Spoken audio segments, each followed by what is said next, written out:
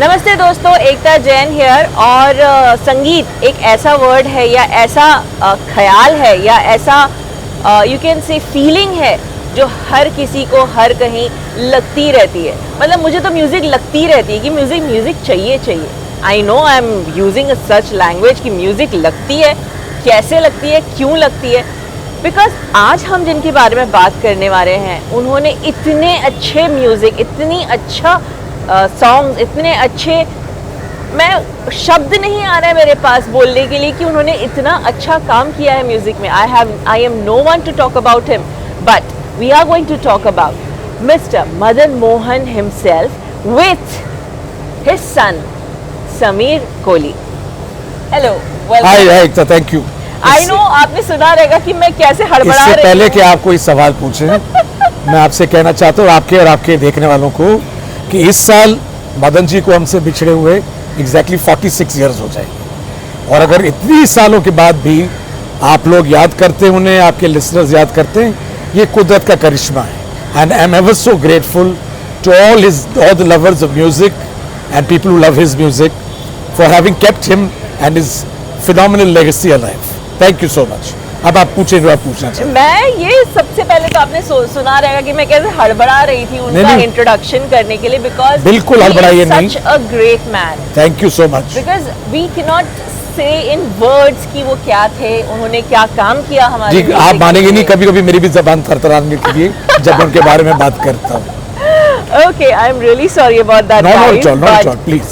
But हम मदन जी के बारे में ये जानना चाहेंगे कि उनका बर्थ कहाँ हुआ, फिर वो इंडिया कैसे आए? बिकॉज हमने जहाँ तक सुना है कि वो कहीं और से इंडिया आए। जी नहीं, ऐसा है कि मेरे पिताजी की पैदाइश बगदाद में हुई थी। Okay. जो इराक का कैपिटल है। उस जमाने में अंग्रेजों की मिल्कियत थी, part of the British empire. और मेरे ग्रैंडफादर वहाँ इराकी पुलिस में अकाउंटेंट जनरल थे। Okay. तो 1924 में 25 जून को मदन जी की पैदाइश बगदाद में हुई। और फिर करीब 7-8 साल बाद जब इराक अंग्रेज़ों की से आज़ाद हुआ, तब मेरे ग्रैंडफादर अब वापस आ गए अपने होम टाउन जो इस वक्त पाकिस्तान में है। Okay. चकवाल नाम का एक छोटा सा शहर है रावलपिंडी के पास। और फिर मदन जी की कुछ साल वहाँ पैदाइश हुई। और फिर बड़े इंटरेस्टिंग सर्कमस्टेंसेस में मेरे ग्रैंडफादर बॉम्बे शिफ्ट हुए।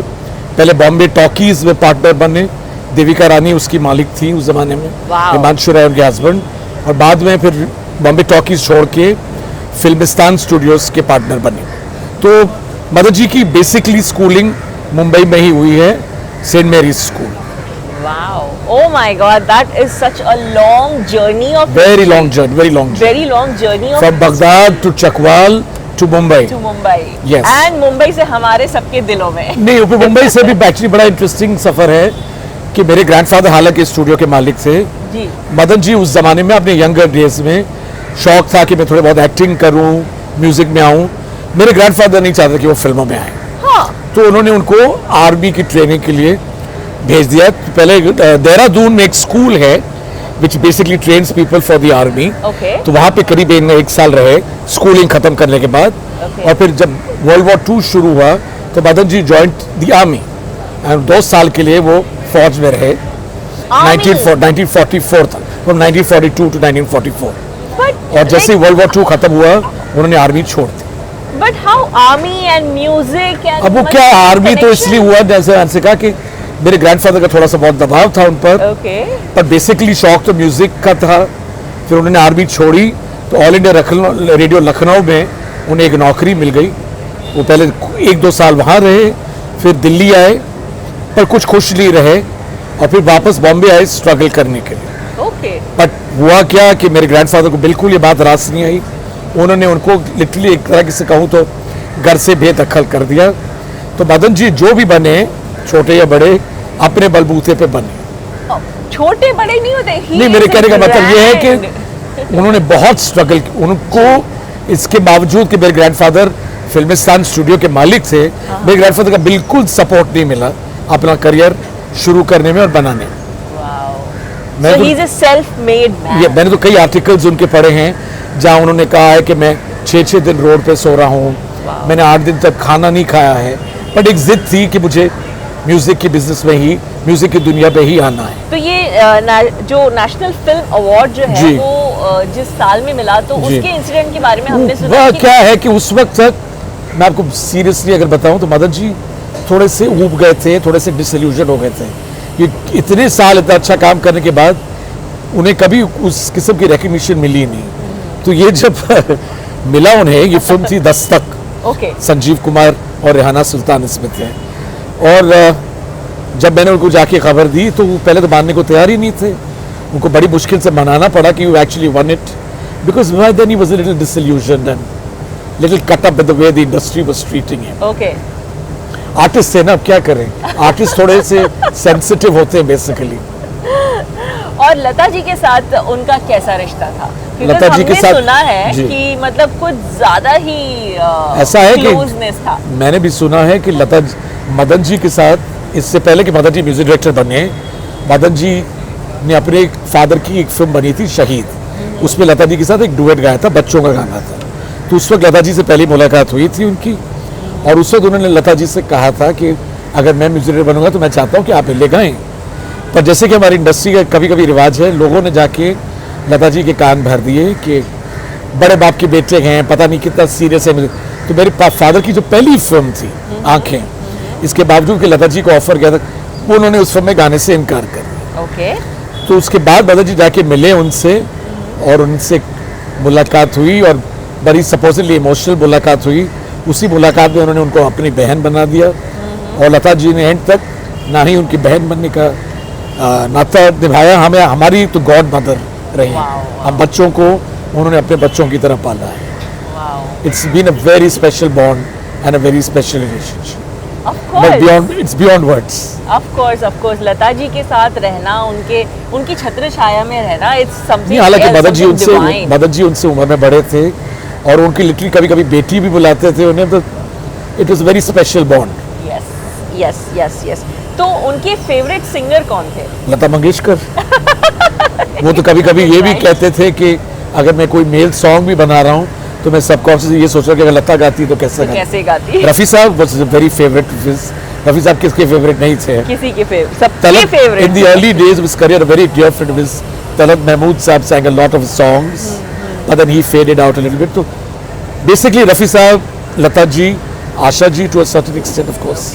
So ये उनकी जो जर्नी थी, एंड उसके बाद हमने सुना कि उनके ऊपर एक स्टैम्प आई थी, 5 रुपए की स्टैम्प। नहीं, हाँ, गवर्नमेंट ऑफ करीब 5-6 साल पहले की बात है कि करीबन 100 करीबन इंडस्ट्री के 100 पर्सनालिटीज पर उनको ये स्टैम्प बना था, and he was one of the lucky ones to have been chosen by the government of India to give him this honor. But it's really an honor कि like आपके नाम से, आपके फोटो के साथ एक stamp.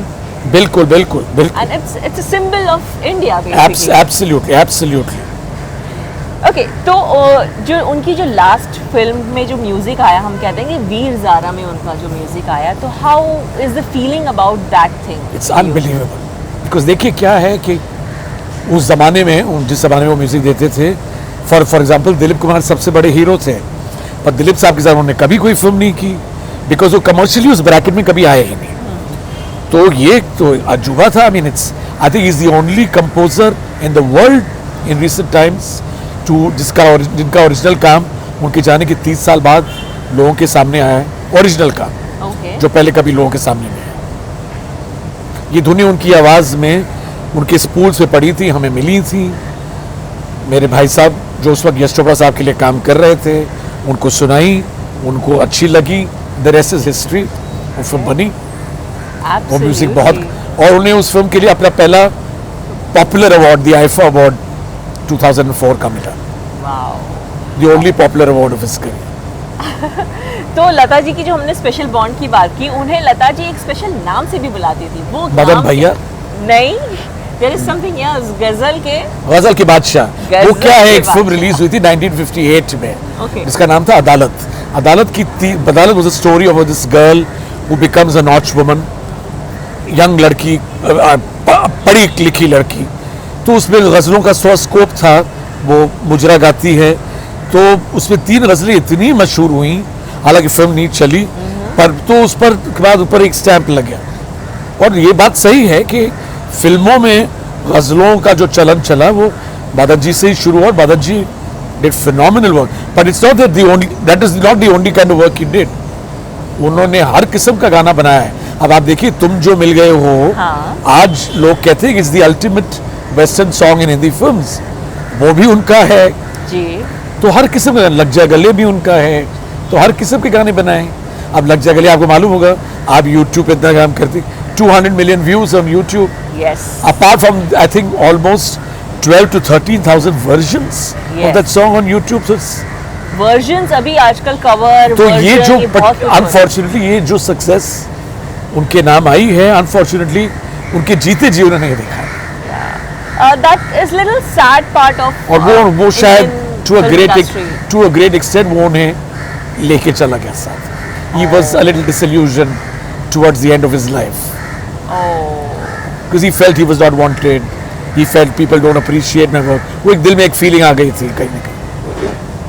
Oh my God, like कभी भी हमेशा हम लोग ने फिल्म इंडस्ट्री के बारे में ये हमेशा सुना है कि किसी को कुछ अप्रिसिएशन उसकी जीते जी नहीं मिलता है। जैसे हमने मदन जी के बारे में सुना, सेम वैसी ही बात हमने सुशांत सिंह राजपूत के बारे में भी सुनी। जब वो जिंदा थे तब उनके पास उतनी अप्रिसिएशन उन्हें नहीं मिली। उनके मरने के बाद जो उनकी फर्स्ट फिल्म जो रिलीज हुई, that made like history. Absolutely. So I don't know what's with the film industry, और ये मतलब No, they चलन follow an adage called nothing succeeds like success. So ठीक है, in the way it's okay.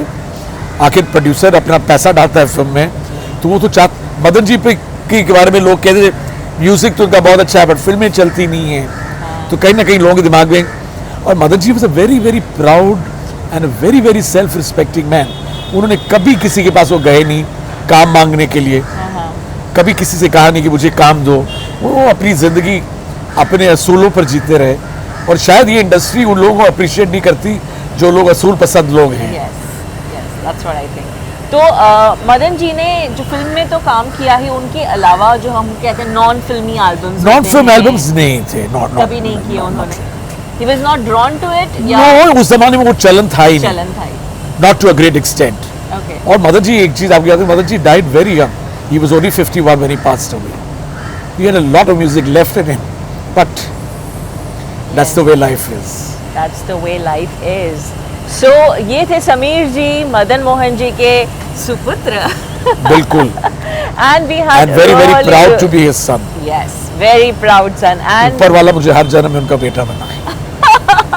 नहीं, मैं सच ही कह रहा हूँ। तथास्तु। Thank you. I am being little funny here. No, it's absolutely.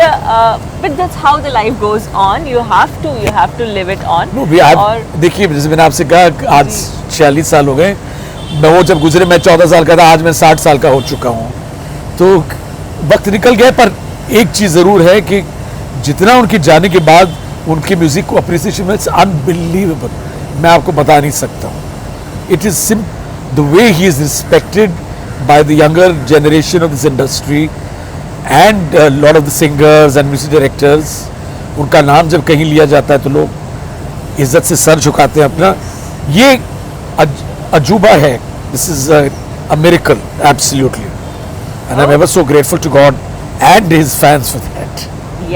Yes, thank you very much. Thank you Ekta ji, thank you so much. तो ये थे Sameer ji, and I hope कि आप लोगों ने एंजॉय किया हमारी चिट चैट, बिकॉज ये थोड़ा सा सन का प्रॉब्लम, ये वो बहुत कुछ चल रहा था, but we had an amazing life journey of Madan Mohan ji.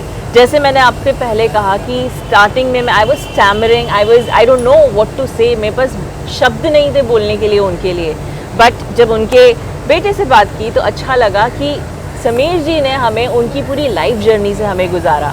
It was really interesting. I hope you all like it. Thank you very much.